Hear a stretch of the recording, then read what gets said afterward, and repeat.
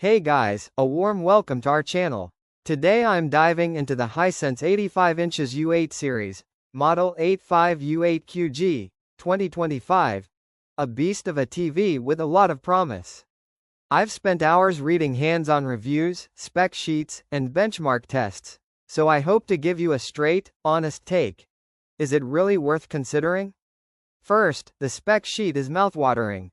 Hisense claims up to 5000 nits peak brightness in HDR highlights, supports HDR10+, Dolby Vision IQ, and uses a quantum dot plus Mini-LED ULED backlight structure with aggressive local dimming.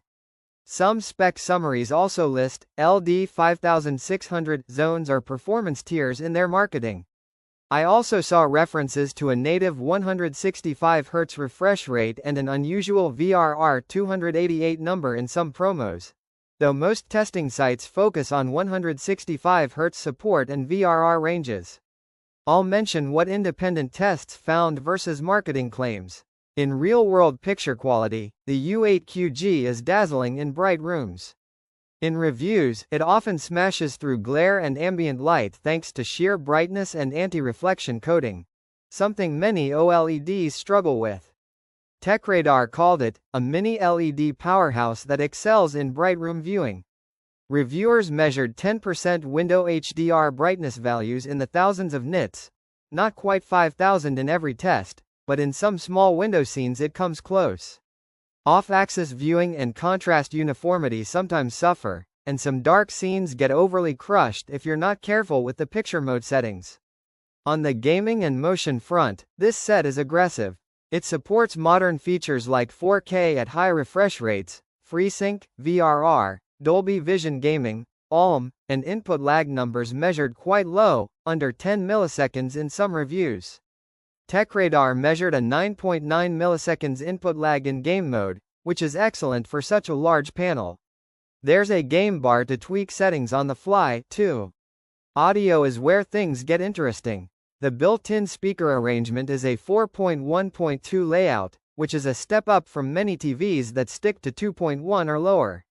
Though reviews praise the immersive effect, there's a consistent caveat. Deep bass, like explosions or very low-frequency effects, can cause the subwoofer to distort or rattle.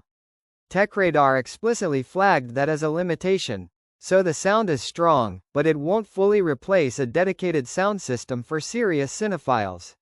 Now, to critically analyze the major flaws and trade-offs. First, the 5000 nits claim is often for small highlight windows, not sustained brightness across scenes. Full-screen brightness often falls well short of that mark. Also, many reviewers note that the default brightness presets are way over the top for dark content. You'll need to dial down peak brightness or choose a cinematic mode to avoid blown whites. Off-axis color and contrast drop noticeably. If your seating is wide, parts of the screen may look muted. The fact that there are only 3 HDMI 2.1 ports is a bit of a sting, given how many devices people like to hook up. Plus, the subwoofer distortion for bass-heavy content is a recurring complaint. Some users also mention that Google TV's Live TV Guide, in the US version, has issues with tuner channel listings, which is a bit odd for a high-end TV. These are real limitations compared to flawless OLEDs or simpler, high-grade projectors. So, is 85U8QG worth buying? I lean toward yes, if your priorities match. If you watch in bright rooms, play next-gen games, want punchy HDR, and value features over perfection in audio or off-axis performance, this TV gives you massive value.